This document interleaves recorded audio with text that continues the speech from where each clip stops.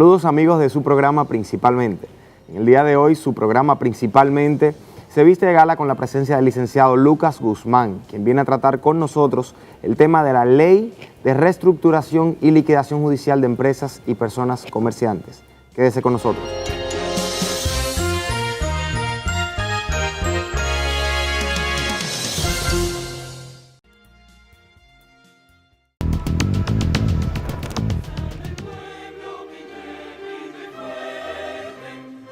Bajo un ambiente de desbordantes emociones, el laureado compositor dominicano José Antonio Molina deslumbró con su magistral dirección de la Orquesta Sinfónica Nacional a todos los presentes en el concierto de gala el sábado 27 de mayo.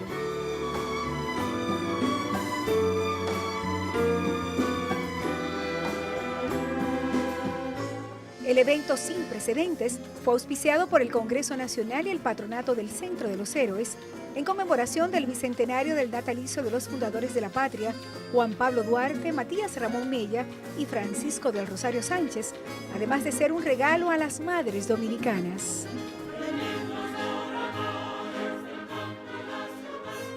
Y por ello, Lucía, Yomaira, gracias por haber concebido esta maravillosa idea de celebrar el Día de las Madres en una noche para recordar. Honor y gloria a los héroes de la patria. Honor y gloria a las madres que por ellas somos y seremos siempre lo que damos y lo que somos en nuestra trayectoria nacional. El escenario fue la explanada frontal del Congreso Nacional, donde cientos de asistentes se deleitaron con unas 15 piezas, algunas acompañadas por los solistas Maridali Hernández, Nini Cáfaro y la soprano Pura Tyson, directora del coro Matices. El evento fue gratuito y abierto al público. La lluvia caída no logró disipar la emoción de la noche, que se mantuvo hasta el cierre, donde todos entonaron la canción Por Amor. Por amor, por amor.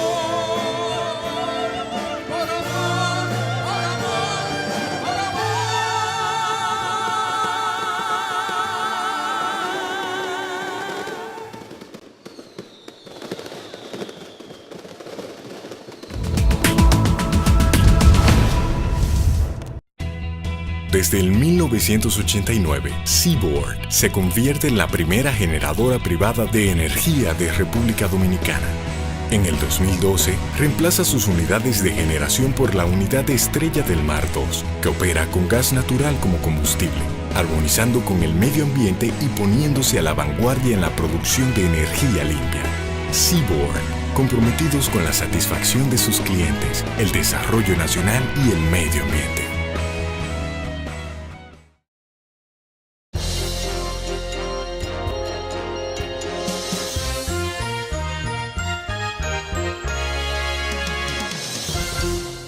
Saludos amigos de Principalmente. Hoy Principalmente cuenta con la presencia del destacado joven profesional de Derecho, licenciado Lucas Guzmán.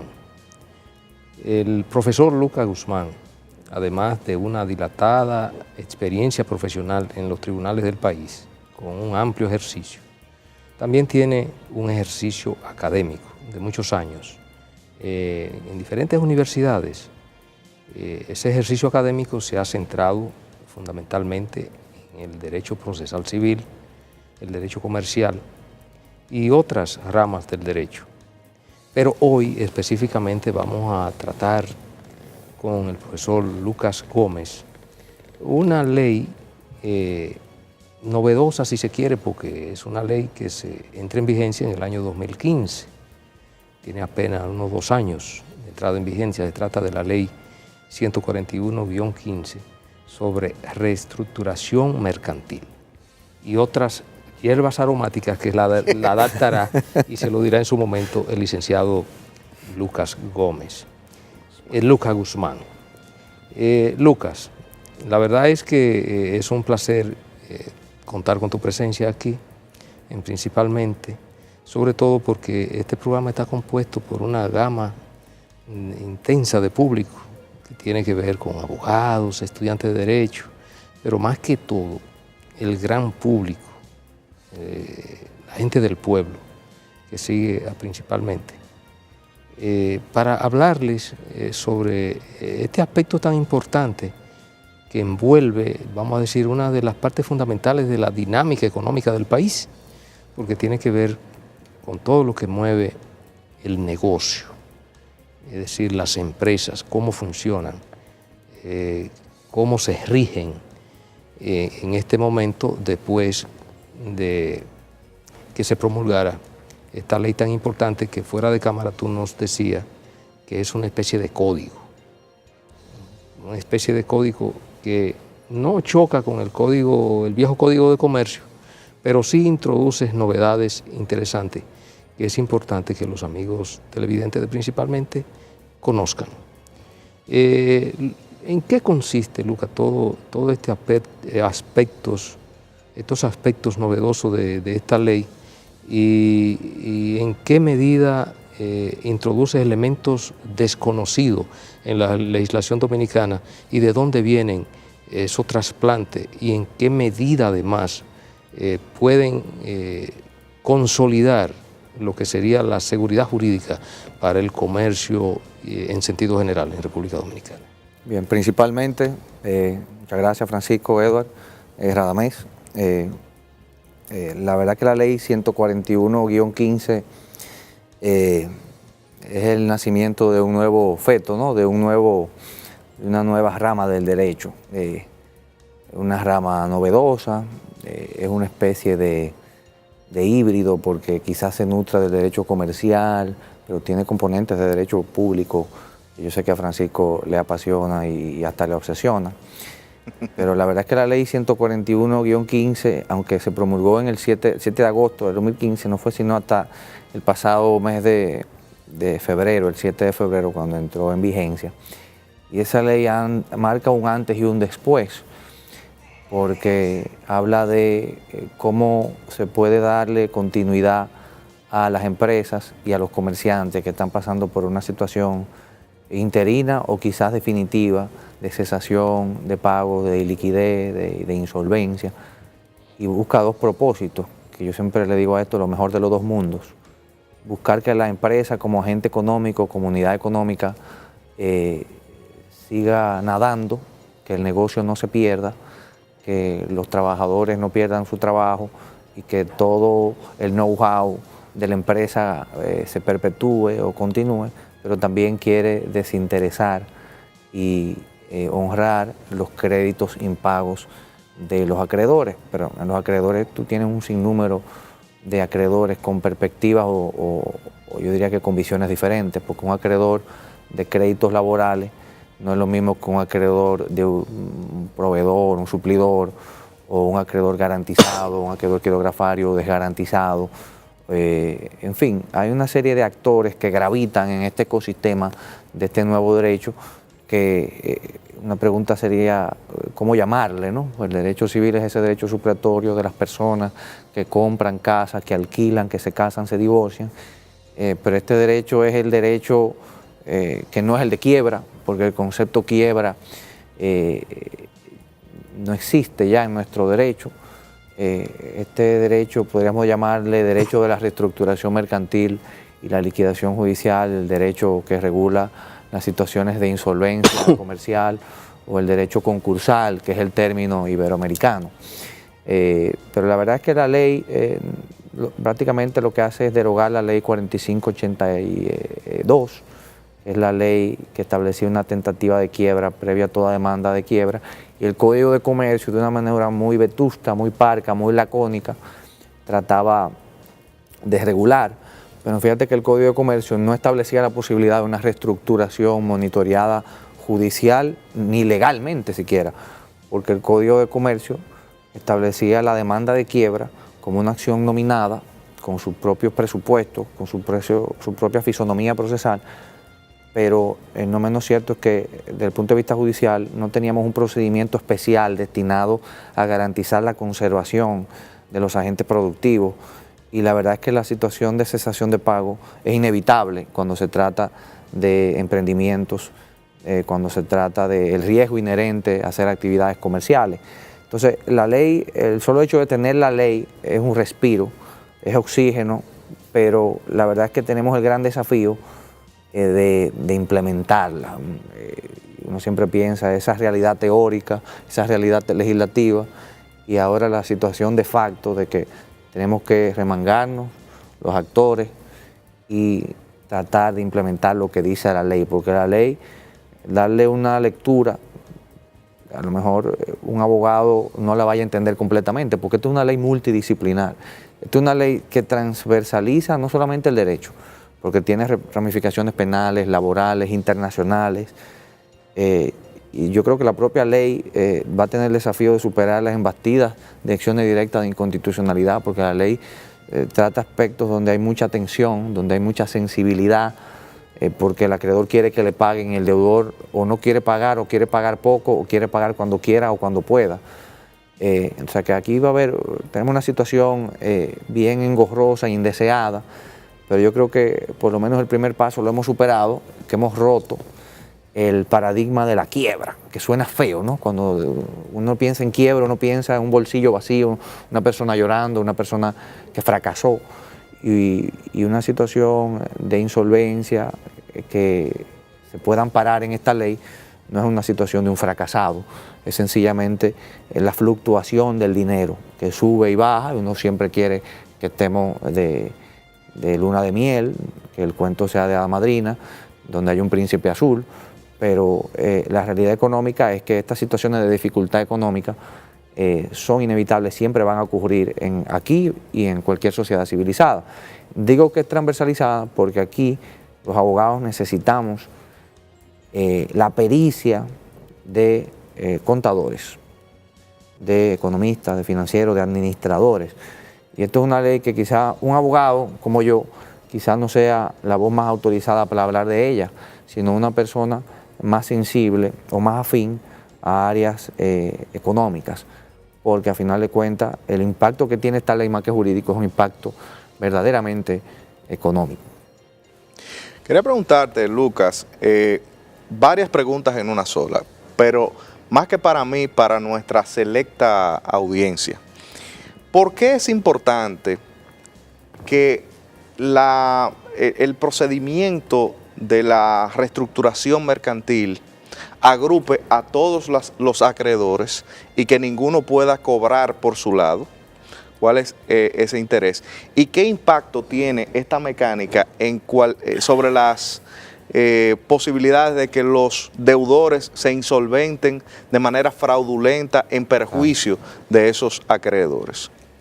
Gracias, Eduardo. Hablar de derecho comercial para mí, frente a ti, yo me siento hasta ridículo haciéndolo, porque tú eres, a pesar de tu juventud, tú eres un hombre y una figura bien respetada y conocida, que de hecho, gracias a este programa que tengo la oportunidad de verdad de tratarte. Qué amable. Mira, ¿por qué esta ley es colectiva? Bueno, porque hay muchas partes interesadas. No solamente el deudor, usted puede pensar que el deudor es el que motoriza todo esto, porque el deudor debe y no ha podido, no ha querido pagar, es que tenemos que crear estos instrumentos legislativos. Pero nosotros tenemos una serie de actores o de sujetos que tienen que intervenir y que tienen que concentrarse aquí. Cuando yo pienso en esta ley, yo pienso en un Black Friday en el que todo el mundo quiere entrar a una puerta muy minúscula, muy pequeña, y todos queremos entrar al mismo tiempo. Cuando salimos de un concierto multitudinario, donde todos los acreedores, o mejor dicho, los asistentes a ese espectáculo, queremos ser los primeros en llegar y los primeros en irnos, pero tenemos que organizarlo. Esta es una ley que lo que quiere es organizar una situación donde a lo mejor la visión de todos es sálvese quien pueda, y a un acreedor a lo mejor no le importe qué pase con los créditos de los otros acreedores. Quiere garantizar que tenga la gabela de ser el primero en picar. Y por eso uno de los efectos que tiene esta ley es que produce una inembargabilidad, una especie de blindaje al patrimonio del deudor, que como tú bien indicas se puede utilizar de manera más que culposa, de manera dolosa. Y por eso la ley es bastante rigurosa con el sometimiento negligente o el sometimiento malicioso a esta ley, porque inmediatamente se admite la solicitud de reestructuración, se produce una especie de burbuja en la que el patrimonio del deudor está en una situación muy sui generis y muy especial, porque no puede ser objeto de medidas ejecutorias. Y aunque eso efectivamente puede ser utilizado de manera aviesa por deudores que lo que quieren es blindar su patrimonio, pero no porque su interés genuino sea reestructurarse, sino porque su interés es escurridizamente, ¿no?, rehuirse a sus obligaciones de pago, no menos cierto es que la ley es bastante estricta, rígida, muy fuerte, porque este es un procedimiento yo diría que muy cerrado. Las causas de apertura de este procedimiento son muy cerradas. No cualquiera puede solicitarlo. Hay una especie de filtro o de depuración judicial previa donde a prima facie el tribunal apoderado de monitorear o supervisar o supervigilar este procedimiento ejerce un poder de control para filtrar cuáles solicitudes tienen por lo menos prima facie, como dije, ciertos méritos. La ley establece tipos penales, quizá incurre en la indelicadeza legislativa de sobrecriminalizar conductas corporativas o societarias, como es la tendencia en muchas legislaciones de mercados regulados, donde se sanciona con penas privativas de libertad y con multas, y en fin, se sobrepenaliza, se hace una especie de moda del derecho penal, pero el interés de eso es un interés disuasivo, ¿no? Hacer que el sometimiento sea de verdad un ejercicio comedido, pensado con la cabeza fría por parte de quienes emprendan o ejerzan esta conducta, porque la solicitud de reestructuración no solamente puede emanar del deudor, puede emanar de un acreedor. Y podemos hablar de que tenemos dos tipos de sometimiento: el sometimiento forzoso o el sometimiento voluntario. Cuando hablamos del sometimiento voluntario es cuando el deudor motus propio da aquiescencia, reconoce que debe, identifica quiénes son sus acreedores, pero él mismo toma la iniciativa, no de tirar la toalla o la bandera blanca, pero sí de reconocer que está en una situación de dificultad económica y que necesita ese time out, ¿no? ese espacio para poder hacer un acuerdo de pago y también darle continuidad, porque yo creo que el gran aspecto positivo que tiene la ley 141-15 es que prioriza la reestructuración, porque la reestructuración, como yo decía, es una situación ganar-ganar. Si se logran los propósitos de la reestructuración, que es el plan A de esa ley, no tenemos que agotar el plan B, que es la liquidación, que es lo indeseado, pero sencillamente si hay una situación de sumar y restar, una situación aritmética donde los pasivos superan los activos y no se avisora una situación donde se pueda reencauzar el negocio, pues yo creo que el plan B va a ser la ruta a seguir, que es la liquidación. Pero ¿por qué se prioriza? Se prioriza la reestructuración por la sencilla razón de que con la reestructuración se salvaguardan los derechos de los acreedores, pero también se permite la continuidad de esa unidad económica operativa. Todo esto parte de la premisa de que la Constitución establece que nadie puede ser apresado, o sea, no haya premio corporal por deudas civiles, y esto es reproducido íntegramente por el Código Civil como norma infraconstitucional. Entonces, como no hay prisión por deuda civil, el acreedor tiene la vía de ejecución para cobrar, como dice el 2093 del Código Civil, que el deudor compromete sus bienes presentes y futuros. Pero ¿qué pasa cuando esos bienes son escasos? Cuando esos bienes son escasos, uno piensa quizá en la inoponibilidad de la personería jurídica, es decir, ejercer un efecto intrasocietario para perseguir a las personas que están detrás de la compañía. Pero a lo mejor las personas que están detrás de esa compañía también están pasando por una situación de insolvencia coyuntural o dependiente de la matriz. Entonces, efectivamente la ley tiene barreras de entrada, tiene una frontera no impenetrable, pero muy rigurosa. Y eso es bueno, tiene que ser así, porque lo que se va a debatir ahí no es la ropa que tú te vas a poner al día siguiente para el trabajo. Esas son decisiones triviales que tomamos el día a día. Pero cuando tú tomas la iniciativa de emprender un proceso de reestructuración, tú vas a adquirir deberes, obligaciones, pero también asumes responsabilidades. Y lo mismo pasa frente a esos demás actores que gravitan aquí, que son los acreedores. Gracias. Lucas, si quisiéramos equiparar la vida biológica con la vida jurídica, valga la redundancia, de una persona jurídica, personas al fin, según el ordenamiento dominicano, sabemos que la persona nace y hay unos procedimientos en la clínica, luego saca su acta de nacimiento. Las empresas lo mismo, registran su nombre, sacan su registro nacional de contribuyentes, su registro mercantil, en fin, nace la empresa, se constituye. La parte de la reestructuración, digamos que es luego del desarrollo, durante el desarrollo de la persona, quizás un procedimiento quirúrgico para salvarle la vida justo antes de que suceda lo que todo el mundo está esperando, que el de Cuyus deje mucho dinero, pero el médico quiere primero salvarlo, porque es su deber. Entonces, sacarle el juguito, ¿no? Exacto, vamos a tratar de salvar al paciente, que es la empresa que está ya en el proceso, que penetró esa frontera que como tú le llamas, y que está en el proceso de reestructuración.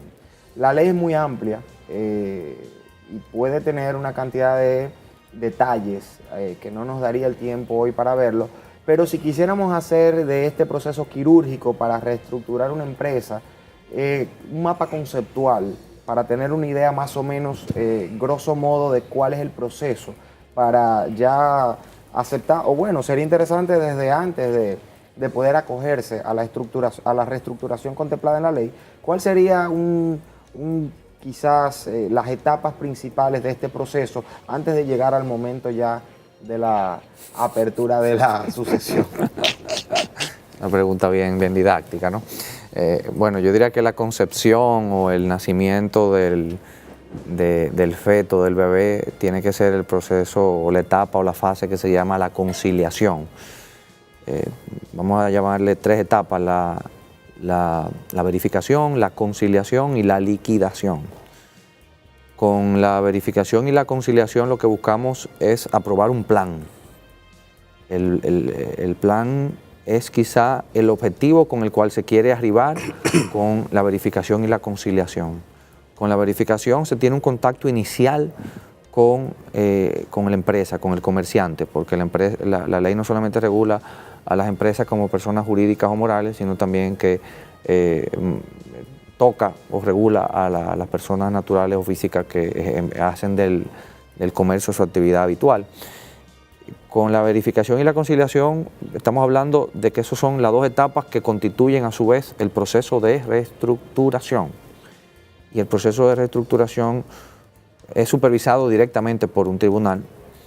El Poder Judicial tiene un desafío enorme porque se ha creado con la Ley 141 2 jurisdicciones especializadas en el contexto de la reestructuración mercantil, que son los tribunales de primera instancia de reestructuración mercantil y liquidación judicial, uno en el Distrito Nacional que abarca toda la región este, la capital y el sur, y un departamento judicial de reestructuración mercantil conformado por un tribunal unipersonal de primer grado y una composición colegiada con grado de alzada en el norte, que abarca todo lo que es el Cibao y el nordeste, ¿no? Con la liquidación sería la tercera etapa a la que se acudiría de manera subsidiaria solo si y siempre y cuando fracase la reestructuración como plan A. Esas son las 3 etapas más emblemáticas. Sin embargo, a pesar de que esta ley es de orden público, nada impide que se acuda a la reestructuración privada, a la reestructuración convencional o a la reestructuración convencional. O sea, el hecho de que nosotros tengamos esta ley no es óbice para que un grupo de acreedores se pongan de acuerdo con un deudor o un grupo de deudores para, en una operación compleja, porque cuando tú tienes tantos actores, múltiples sujetos interviniendo, va a haber una situación compleja donde hay intereses que a lo mejor sean irreconciliables. Pero nada impide que haya una conciliación. Yo creo que la ley, al contrario, estimula la posibilidad de un acuerdo que de hecho se puede someter al escrutinio del tribunal a través de una homologación. De hecho, antes de que esta ley entrara en vigencia, si bien es cierto que República Dominicana no tenía el aval legislativo o una especie de apoyo legislativo para aliviar a este paciente que no necesariamente está agonizando, sino que es un paciente que está pasando por una fiebre que es mejorable, que es curable, nada impedía, y en efecto así ocurría en la práctica, que se acudía a la autonomía de la voluntad de las partes, logrando un consenso. Y la ley sigue ese patrón, sigue esa cultura, y de hecho yo creo que eso es lo deseable, porque cuando hablamos de una solución privada, estamos hablando de que se logra el propósito sin necesidad de congestionar el de por sí ya congestionado sistema de justicia con todos los costos asociados que conllevan. O sea que yo creo que esas son las etapas. La verificación sería la concepción, el nacimiento, la conciliación ya sería la reproducción, ¿no? Donde el niño va tomando forma, la adolescencia, va a la universidad, estudia, a lo mejor se cambia de carrera. Con la liquidación estamos hablando ya las postrimerías del procedimiento, donde se supone que se termina. Ahora, nadie impide que a prima facie el juez desestime la acción por entenderla improcedente porque no concurren una o algunas o todas las causas que la ley exige, que deben reunirse para agotar este procedimiento. Este procedimiento yo siempre lo asocio, guardando la diferencia, a la que es la inscripción en falsedad. La inscripción en falsedad es el procedimiento o el incidente que se utiliza cuando se quiere atacar la autenticidad de un acto de firma privada, un acto auténtico, sea porque se ha alterado o sea porque se ha falseado intelectualmente. Y el juez, cuando ha apoderado de una inscripción en falsedad, tiene la potestad de prescindir de tener que agotar el próximo paso, el próximo peldaño procesal y puede acoger o desestimar la solicitud o la inscripción en falsedad. Algo parecido pasa aquí, que el juez puede, si de entrada se da cuenta de que económicamente imposible salvar una empresa, puede ordenar la liquidación sin necesidad de agotar ese próximo peldaño que sería en segundo plano la conciliación. Entonces yo creo que eso es interesante porque el juez es el director de esa orquesta porque conduce, supervisa y monitorea el procedimiento, pero no está obligado a seguir engorrosamente el procedimiento cuando puede vislumbrar un desenlace, por lo menos desde el punto de vista previo. Creo que se parece a la inscripción en falsedad por eso, porque el juez cuando se le apodera una inscripción en falsedad no está obligado a ordenar un peritaje, no está obligado a agotar los próximos trámites si se da cuenta que el documento no es falso o si se da cuenta que el documento es falso. O sea, puede decretar o dictaminar la falsedad desde el inicio, lo mismo que puede desestimar el procedimiento desde el inicio sin necesidad de correr ese camino que entiende que no debe recorrerlo. Y lo mismo pasa aquí también. Discúlpame, relativo a la pregunta de Edward y a esta, muy brevemente, antes de ir a la pausa, ¿quién es que puede, esta acción, quién es que la puede someter ante el tribunal? No sé si da tiempo, si tenemos que ir a la pausa y luego regresar. Vamos a las pausas y en el próximo segmento Lucas le dará respuesta a la inquietud de Francisco.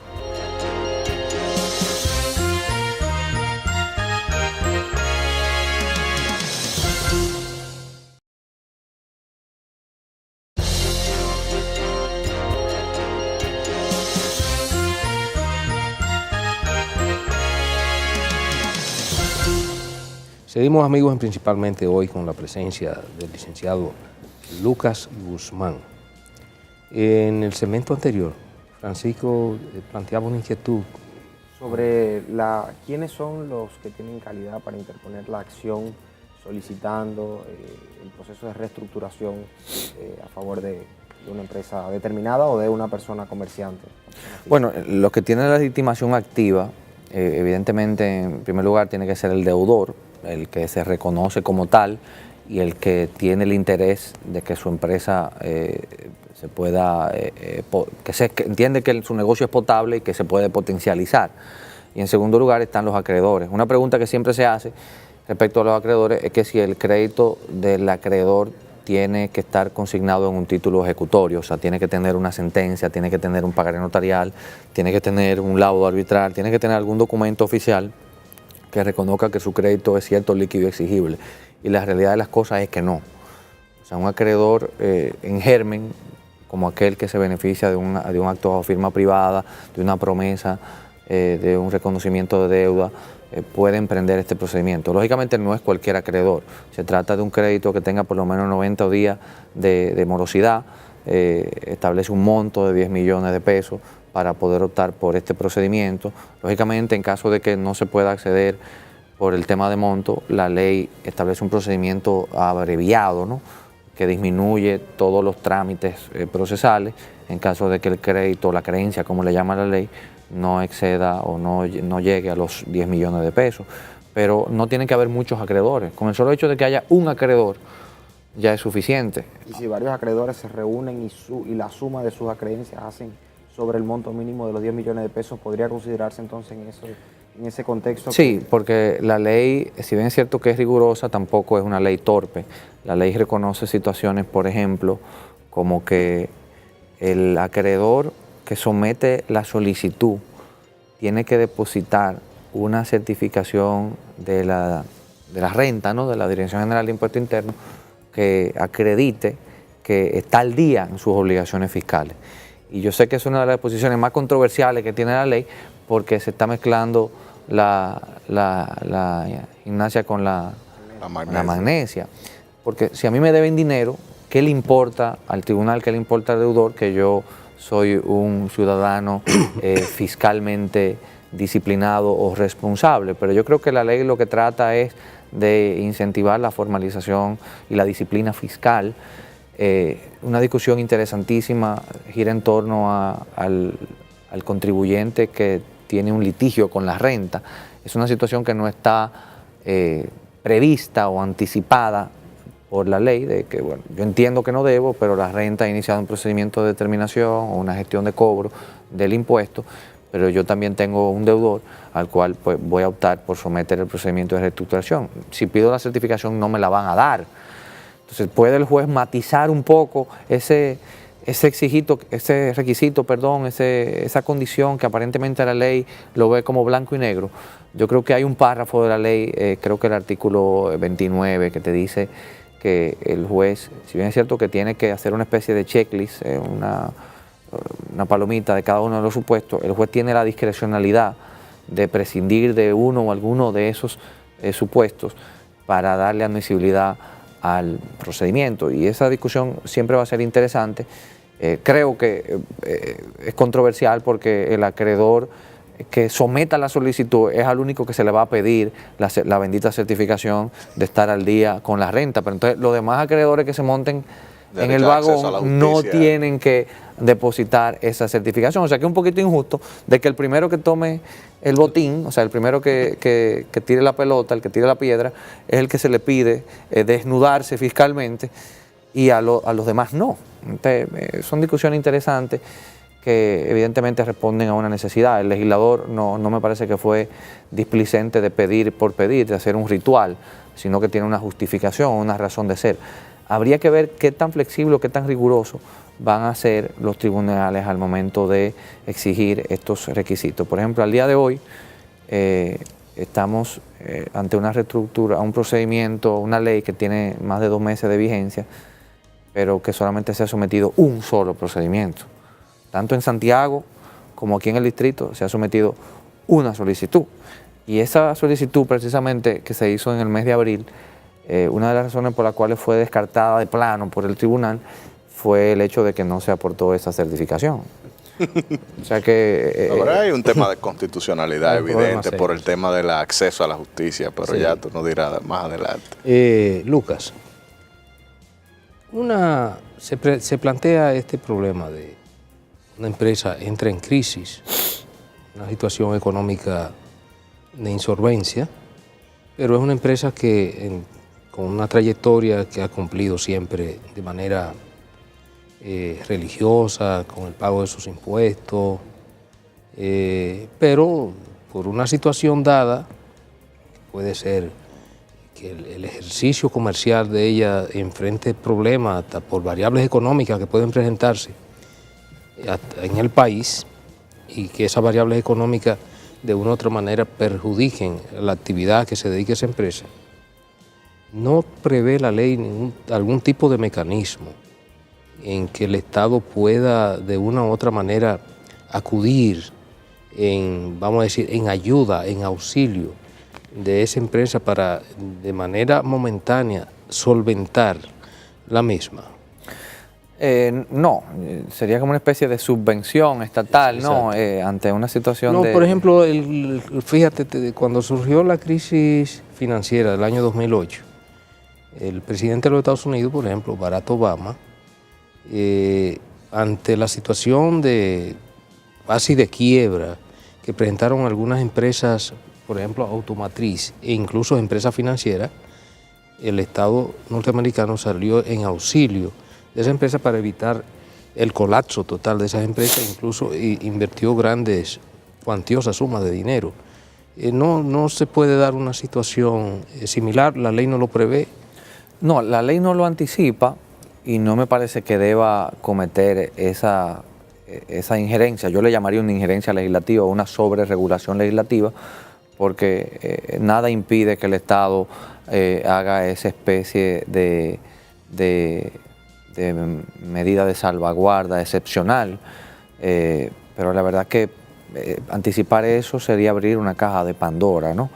Porque evidentemente una persona que tenga un colmado va a pedir esa subvención o ese auxilio de parte del Estado, y a lo mejor cuando el Estado no haya dinero para eso, se va a sentir reprochado y discriminado. O sea que la verdad que la ley no lo hizo, y me parece que esa omisión fue deliberada. O sea, no se hizo por un desliz, sino porque sencillamente estamos ante una situación de un deudor, de un particular, de una persona física o jurídica, una entidad privada, porque una de las excepciones que tiene la ley, donde no se pueden entrar en ese vagón, en ese autobús o en esa guagua, son las entidades públicas. Me parece que fue totalmente a propósito, ¿no? Que se prescindió de establecer algún tipo de apoyo, de subsidio del Estado, a sabiendas de que eso podría desatar toda una furia. De todas maneras, Lucas, y escúchame que te interrumpa, obviamente hay que individualizar los casos, claro, y especificarlo. Por ejemplo, el Estado no podría ir en auxilio de una empresa donde evidentemente haya caído en una situación de iliquidez por malos manejos administrativos de la propia empresa.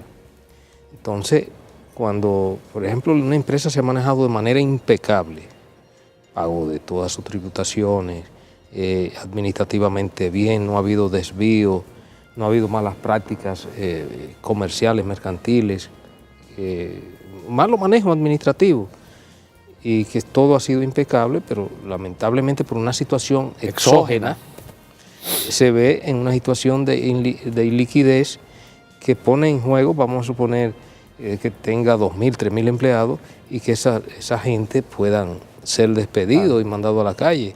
Entonces el Estado dice, espérate, vamos a ver qué solución le buscamos a esto para tratar, que fue más o menos lo que nosotros vimos en la situación que hablamos anteriormente en los Estados Unidos. Pero la ley sí fue creativa en el sentido de que pensó más allá de la caja y establece la posibilidad de que la reestructuración se pueda lograr a través de una herramienta novedosa como un fideicomiso. Nada impide que tú también puedas auxiliarte de otras herramientas o instrumentos como la ley de emprendimiento.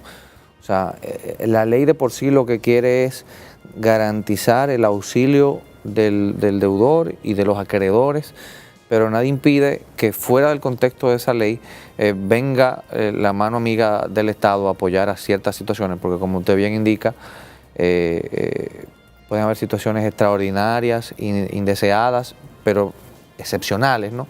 Donde el Estado pueda extender su mano amiga y apoyar. Yo creo que como la ley no lo prohíbe, yo creo que tiene las riendas abiertas, tiene las puertas abiertas para que tú puedas ocurrir, pero creo que la ley no lo hizo porque a lo mejor sería un incentivo donde sería difícil determinar primero dónde entraría ese dinero, en qué partida presupuestaria entraría, en qué entidad del Estado entraría. O sea que la verdad que entiendo que fue una omisión deliberada correcta. En el caso de las empresas agropecuarias, con los financiamientos del Banco Agrícola, sobre todo cuando se dan situaciones, no es que el Estado subvenciona, sino que el Estado facilita en términos de lo que tiene que ver con los créditos agrícolas. Primero una baja tasa de interés, un pago, una moratoria de la deuda, es decir, te dan un periodo de gracia para que tú puedas más o menos recapitalizarte. Esa parte, yo creo que desde hace tiempo se viene practicando en República Dominicana. Interesante. Sobre ese punto, y hubo algo que tú señalaste, Lucas, que dijiste que como la ley no lo prohíbe, y eso es algo muy de la persona privada, hay que recordar que el principio de legalidad tiene una especie de apéndice o un subprincipio, bueno, no, es un principio jurídico, sobre todo el derecho público, que es el principio de vinculación positiva del Estado. El Estado no está habilitado, a diferencia de los particulares que pueden hacer todo aquello que no está prohibido, y no tienen que hacer todo lo que no se le exige. El Estado está vetado de hacer todo aquello que no está expresamente contenido en la ley. Entonces, si el Estado no tiene esa habilitación Y es bueno también hacer la analogía con el sistema bancario. Y hago un paréntesis aquí. En el sistema bancario hay un salvataje para todos los ahorristas que pueden haber depositado su dinero en una entidad de intermediación financiera que en un momento de crisis haya quebrado, y la ley, independientemente de que se esté considerando aumentar o no ese monto, garantiza hasta 500,000 pesos, y luego con la venta de los activos entonces se paga o se honra a prorrata el resto del dinero que hay que pagarle a los acreedores y a los ahorristas. Pero el Estado no está protegiendo a la entidad de intermediación financiera. ¿Por qué? Porque hay una cuestión de riesgo. Entonces las empresas asumen riesgos para poder crecer y para poder desarrollarse.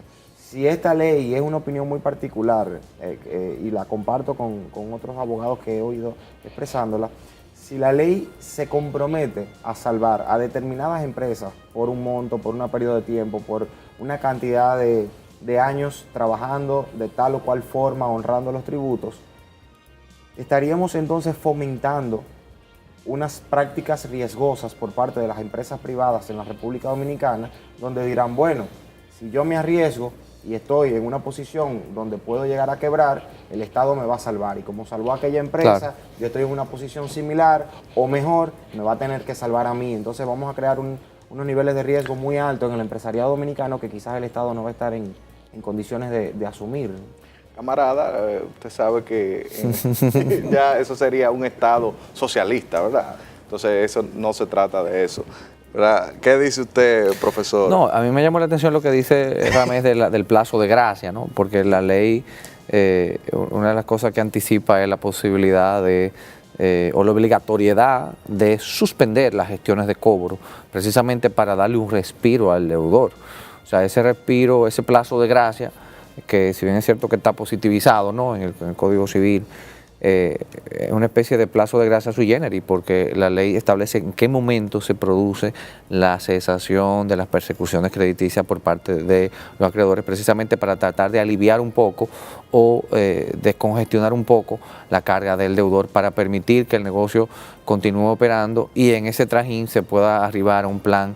Primero, identificar cuáles son, porque el rol del verificador, que es el que tiene el contacto inicial con la operación, con el negocio, con la empresa, es el que se encarga de individualizar o de identificar quiénes son los acreedores y a cuánto ascienden sus créditos. O sea, él es el que establece los rayos X o una visión panorámica periferal de lo que se trata.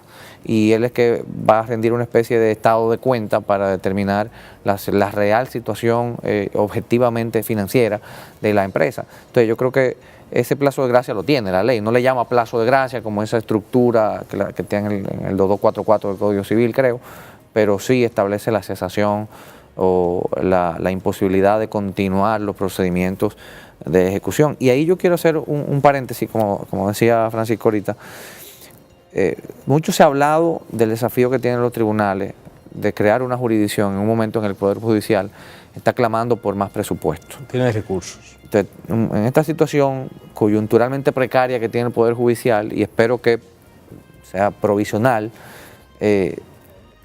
meter más tribunales, exigir tribunales cuando ya hay tribunales que están creados por ley y que no se han podido poner en ejecución. Yo creo que la ley fue prudente porque solamente creó 2 tribunales. O sea, fíjate que no creó un juzgado de primera instancia por cada provincia, como es la regla en la ley de organización judicial. No creó departamentos judiciales aglutinando 2 o 3 provincias, como es la praxis, sino que creó un tribunal de primera instancia con su corte que abarca toda la región sur. A lo mejor en unos años sean necesarios crear más, a lo mejor sean menos. Fíjense que tenemos casi 3 meses con la ley, solamente se ha sometido un caso. A lo mejor ha habido cierta timidez, cierta ignorancia, cierto desconocimiento, cierto miedo, ¿no? Pero creo que también hay que sensibilizar a toda la judicatura, haciendo copia del plazo de gracia que usted dice. Si yo como juez del Tribunal Especializado de Reestructuración Mercantil expido un auto, una ordenanza, una resolución en el que admito el procedimiento, nombro un verificador, y el efecto que se desprende de eso es que la inembargabilidad de los bienes o el cese de los procedimientos de expropiación, de embargo que se estén iniciando en ese momento, el juez que esté llevando a cabo ese procedimiento, por ejemplo, un juez de un tribunal de trabajo que esté conociendo una acción laboral por parte de un trabajador o un grupo de trabajadores, el juez de la Cámara Civil, de la jurisdicción civil, que está conociendo un procedimiento de embargo inmobiliario. Va a tener que sobreseerlo. Entonces ahí va a reñir quizá la independencia judicial interna que está en el artículo 149 constitucional. Pero no menos cierto es que para que esta ley funcione, tenemos que entender que esto es un esqueleto, ¿no? Donde en los hombros del juez de reestructuración no es que reposa toda la obligación para que funcione la ley, sino también toda la estructura o el aparato judicial en su integridad, desde el juzgado de paz más lejano hasta la Suprema Corte de Justicia, que bien podría también verse expuesta a respetar, a acatar u obedecer una decisión por parte que emita el Tribunal de Reestructuración Mercantil que ordene el sobreseimiento de un litigio que se esté ventilando, porque uno de los principios que tiene la ley es el de concentración. Toda contestación tráemela, como creo que era tú, Eduardo, que dijiste al inicio. ¿Por qué lo concentra? Bueno, porque aquí tenemos un problema que tiene varias dimensiones, ¿no? Un problema que es la cesación de pago, pero esa cesación de pago repercute o salpica o contamina a varios interesados y tienen que traérmelo todo aquí, pero probablemente cuando llegue eso aquí donde el tribunal, a lo mejor hayan varias sedes o foros judiciales que estén conociendo o estén próximos a conocer procesos encaminados y no necesariamente van a pertenecer a la misma jurisdicción, pueden estar dispersos a toda la geografía jurisdiccional nacional. Entonces ahí es interesante sensibilizar a todos los jueces para que entiendan que deben acatar esas decisiones, que impongan un sobreseimiento y que eso en modo alguno, desde mi óptica, claro está, eso no dispondría alguna inconstitucionalidad, porque sencillamente se trata de respetar el procedimiento a sabiendas de la delicadeza de lo que se está debatiendo ahí. Lucas. Quería preguntarte algo para no abandonar, profe, el tema de quién cobra primero y del plazo de gracia. Cuando tú estás envuelto dentro del marco de un cobro compulsivo, saber quién cobra primero es un tema que ataca las garantías, claro. O sea, atañe a las garantías.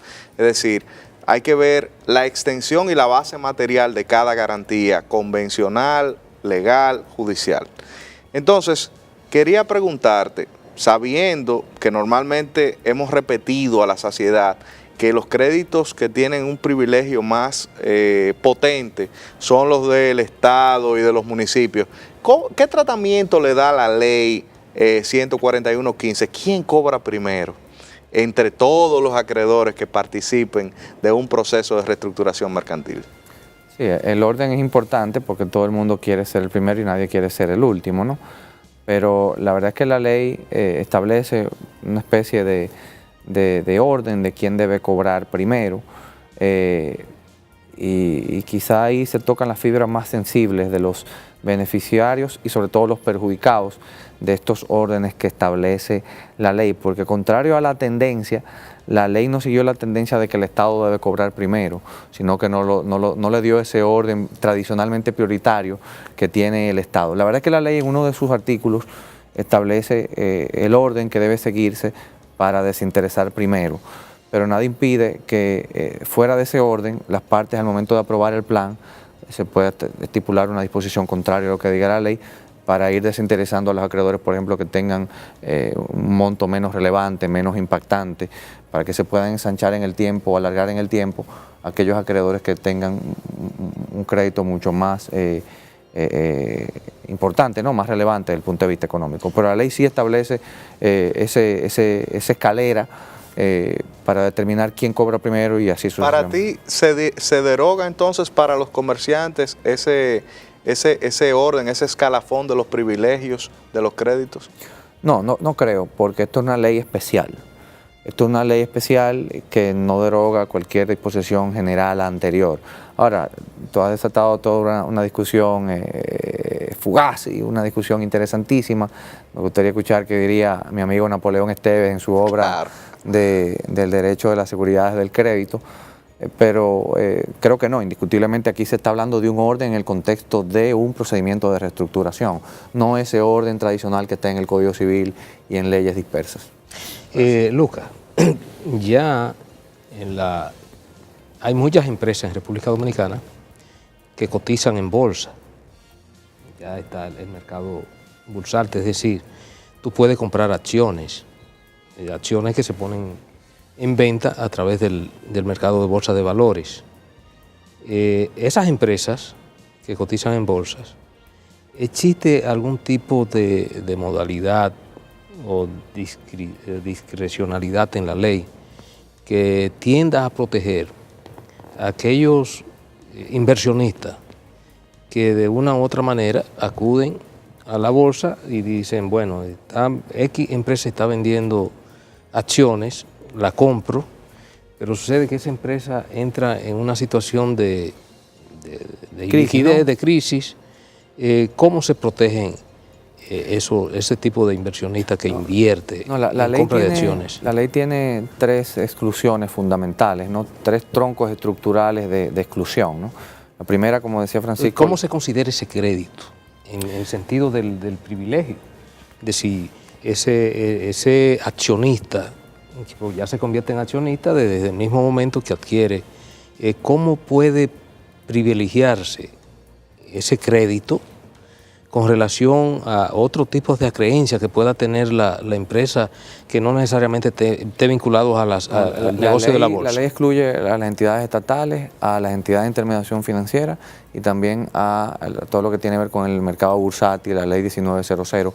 La ley lo que trata es de tener un marco regulatorio general y no entrar en aspectos regulados cuando tienen una ley sectorial que se encarga de personalizar o de tipificar o especializar, mejor dicho, el tratamiento legislativo de ese sector. En el caso del mercado bursátil es una de las 3 exclusiones fundamentales que tiene la ley 141. No quiso entrar en ese terreno y me parece correcto, porque el mercado bursátil, si bien es cierto que es un mercado incipiente, no menos cierto es que no es un mercado tradicional, no es una industria tradicional, no es una industria donde haya toda una tradición, donde sea el pan con mantequilla de las operaciones comerciales del país. Eso sencillamente no lo es.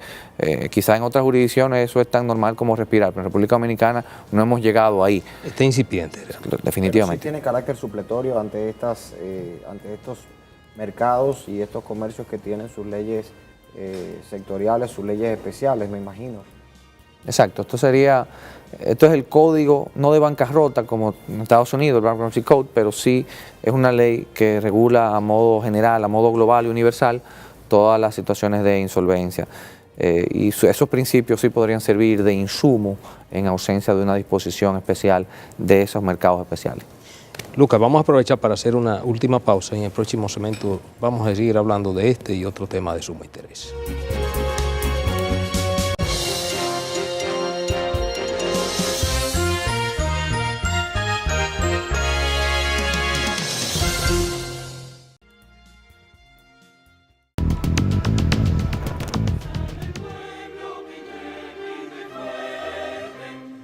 Bajo un ambiente de desbordantes emociones, el laureado compositor dominicano José Antonio Molina deslumbró con su magistral dirección de la Orquesta Sinfónica Nacional a todos los presentes en el concierto de gala el sábado 27 de mayo.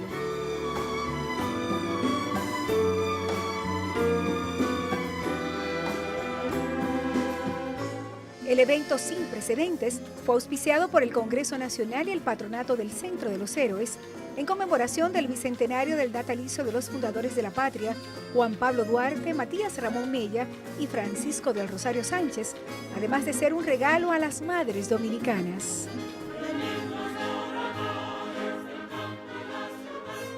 Y por ello, Lucía, Yomaira, gracias por haber concebido esta maravillosa idea de celebrar el Día de las Madres en una noche para recordar. Honor y gloria a los héroes de la patria. Honor y gloria a las madres que por ellas somos y seremos siempre lo que damos y lo que somos en nuestra trayectoria nacional. El escenario fue la explanada frontal del Congreso Nacional, donde cientos de asistentes se deleitaron con unas 15 piezas, algunas acompañados por los solistas Maridalia Hernández, Nini Cáfaro y la soprano Pura Tyson, directora del coro Matices. El evento fue gratuito y abierto al público.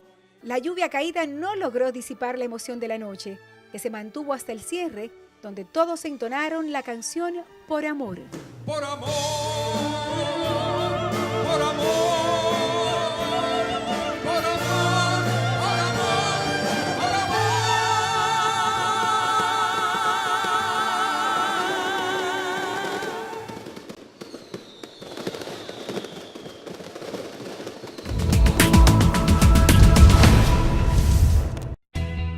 desde el 1989, Seaboard se convierte en la primera generadora privada de energía de República Dominicana. En el 2012, reemplaza sus unidades de generación por la unidad Estrella del Mar 2, que opera con gas natural como combustible, armonizando con el medio ambiente y poniéndose a la vanguardia en la producción de energía limpia.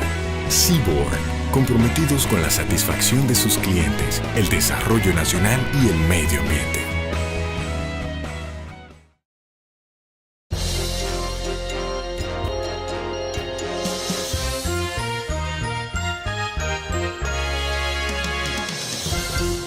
Seguimos, amigos, principalmente hoy, ¿verdad?, con la interesantísima participación del licenciado Lucas Guzmán. Bueno, Lucas, la verdad es que el tema ha resultado ser más interesante de lo que yo particularmente creía. Yo no sé, profesor, que esa es una de sus áreas predilectas y de la que más le ha dedicado su ejercicio, y yo sé que debe estar. Pero a mí, que vamos a decir, no, en honor a la verdad, es un área que yo he tocado siempre de manera tangencial. No pensaba que me iba a resultar tan interesante, Lucas, la verdad que sí, muy interesante. Y yo creo que a Francisco también. Por lo que siempre, como decimos en este programa, Lucas, yo creo que habrá que habilitar y combinarte y emplazarte para que en una próxima oportunidad tú vuelvas aquí principalmente, porque además hay otros aspectos jurídicos que tú manejas que tienen que ver con el derecho procesal civil, y tendremos que hablar de la posible modificación del Código Procesal Civil que se está impulsando desde hace mucho tiempo y que todavía no ha logrado impactar. Pero ya para finalizar, Lucas, esta tu primera participación aquí en Principalmente, hemos visto que te vemos muy conforme. Te vemos muy conforme, lo decía Edward, lo decía Francisco, y yo también así lo percibo, con la ley. Pero ¿habrá algún tipo de requisito en que tú digas, bueno, creo que debe integrarse este aspecto porque hay ciertas falencias que entiendo que en un momento determinado pudieran chocar, incluso hasta con la propia Constitución de la República y con otras leyes positivas del país? Yo no sabía que había sido tan positivo, porque la verdad que yo suelo ser muy pesimista cuando uno hace ese ejercicio especulativo, ¿no?, de cómo el operador se va a familiarizar con una norma y sobre todo una ciencia tan nueva como esta. Pero yo creo que la ley tiene muchos aspectos perfectibles, ¿no?, como toda obra humana. A mí, desde el punto de vista procesal, no me gusta la ley. O sea, yo creo que crea una fricción entre las acciones que son de la competencia del tribunal. Hay un artículo de esa ley que dice: las demás acciones que no estén tipificadas en esta ley son de la competencia de los tribunales ordinarios, y eso contraviene el propio espíritu concentrador y cohesionador de la ley. Me parece que ese artículo fue innecesario. Me parece también que desde el punto de vista represivo sobrecriminalizó. Yo entiendo el componente disuasivo, el tema disciplinario que está en la propia ley, que es bastante rudo con ese aspecto, el tema de la responsabilidad civil, pero me parece que hizo un ejercicio excesivo del ius ponendi del Estado. Eso es uno de los aspectos que creo que menos cómodo me siento con la ley, porque eso puede amedrentar a los funcionarios, que a final de cuentas los funcionarios son, no sé si los protagonistas, pero sí los anfitriones de la ley. Todo el mundo habla de los jueces, que los jueces no saben finanzas. Yo no creo que el juez tiene que tener un MBA, ¿no?, una maestría en administración de negocios para dominar y tener destreza con esta ley. Yo creo que los verificadores, los conciliadores y los liquidadores son los grandes protagonistas. Y me preocupa que la ley pone sobre sus hombros las responsabilidades que tiene, pero las criminaliza.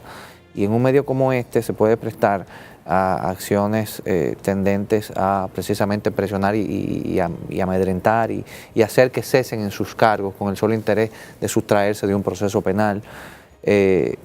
Digo que desde el punto de vista procesal es un poco extraña la ley, porque evidentemente en esta ley van a comer los litigantes, pero también deben comer los abogados que no ejercen el litigio, los abogados que trabajan en mercados regulados, incluso los abogados hasta de propiedad intelectual. Pero yo creo que desde el punto de vista procesal el proceso es un poco complejo, lo veo más complejo de lo que debería ser. Por ejemplo, le da muchos poderes a la Secretaría del Tribunal para hacer las notificaciones, y eso en práctica aquí nunca ha funcionado.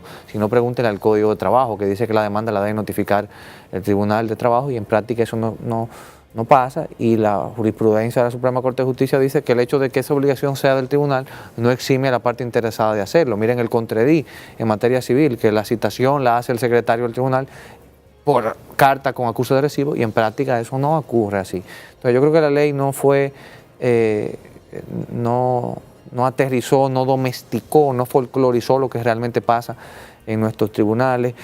Creo que la ley utiliza mucho el mecanismo de notificar por acto alguacil, pero de buenas a primeras utiliza mucho el correo electrónico y utiliza después métodos digitales, no uniformiza los métodos de comunicación, eso lo hace un poquito disperso. En fin, yo creo que el proceso debió haber sido un poquito más simple. Ahora, el ejercicio que yo estoy haciendo es un ejercicio especulativo, ¿no? Yo tengo una bolita de cristal aquí y estoy tratando de jugar a Walter Mercado a ver cómo lo interpretarían los actores. Por eso creo que la ley también desde el punto de vista constitucional tiene ciertos cuestionamientos, como estaba diciendo Eduardo ahorita, el tema del libre acceso a la jurisdicción, eso va a ser objeto de muchísimos debates. Bien, la verdad es que nos sentimos muy satisfechos, Lucas, con tu participación, y como te dijimos, tú quedarás emplazado en una próxima oportunidad a venir principalmente para que sigamos abordando temas interesantes sobre esta misma ley, pero otros aspectos del derecho civil y comercial, y sobre todo el procedimiento civil que tú manejas. Muchas gracias. A ustedes.